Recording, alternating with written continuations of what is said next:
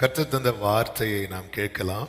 நெகேமியா தீர்க்கதரிசன புஸ்தகம், நெகேமியாவின் புஸ்தகம், அதனுடைய 6வது அதிகாரம். நெகேமியா 6வது அதிகாரம், அதனுடைய 16வது வசனத்தை நான் வாசிக்கிறேன். நெகேமியா 6வது அதிகாரம் 16வது வசனம். எல்லாரும் எடுத்தீங்கன்னா எல்லாரும் சேர்ந்தே வாசிக்கலாம். எல்லாரும் எடுத்துட்டீங்களா? 610வது பக்கம். ஆமே. நெகேமியா 6:16 சேர்ந்து வாசிக்கலாமா?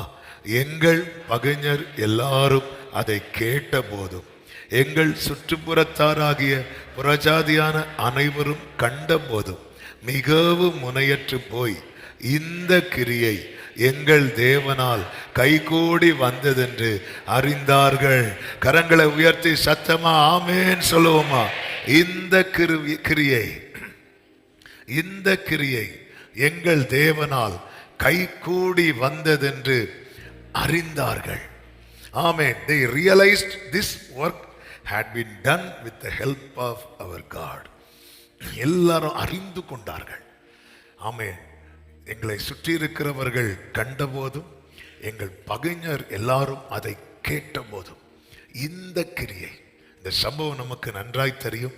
எருசலேமின் அலங்கம் இடிக்கப்பட்டு அதன் வாசல்கள் எல்லாம் அக்கினியால் கொளுத்தப்பட்டு மிகவும் ஒரு பாழடைந்த நிலையில தான் கர்த்தர் கொடுத்த கிருபையின்படியும் திட்டத்தின்படியும் நெகேமியா ஜனங்களை சேர்த்து கொண்டு அலங்கத்தை கெட்ட ஆரம்பிப்பார்.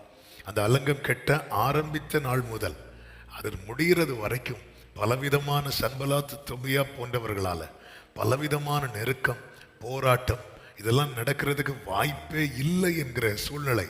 அதன் நடுவில் அதற்கு முந்தின வசனத்தில் சொல்லப்பட்டிருக்கிறது 52 நாளைக்கு உள்ளே என்று சொல்லும்போது ஒரு காரியம் தெளிவாய் தெரிகிறது.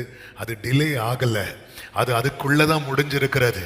கட்டப்பட்டு முடிந்தது என்று சொல்லப்பட்டிருக்கிறது. இதை கேட்டபோது, இதை கண்டபோது எல்லாரும் முனையற்று போயினா என்னன்னு தெரியுமா? ஆமே, அவங்க போட்ட திட்டம் இனி செல்லாது என்கிற ஒரு நிலைக்கு வந்துடுவாங்க. இனி இவனுக்கு விரோதமாய் நம்ம ஆயுதங்களை உருவாக்கியோ திட்டங்களை போட்டோ ஒரு பிரயோஜனம் இல்லை. இன்னைக்கு நிறைய திட்டங்கள் போடப்படலாம், நிறைய ஆயுதங்கள் உருவாக்கப்படலாம், இதெல்லாம் பிரயோஜனம் இல்லை என்று அவர்களே ரியலைஸ் பண்ணக்கூடிய ஒரு நாளை கர்த்தர் வைத்திருக்கிறார். நம்புறவங்க கரங்களை உயர்த்தி ஆமேன் சொல்ல.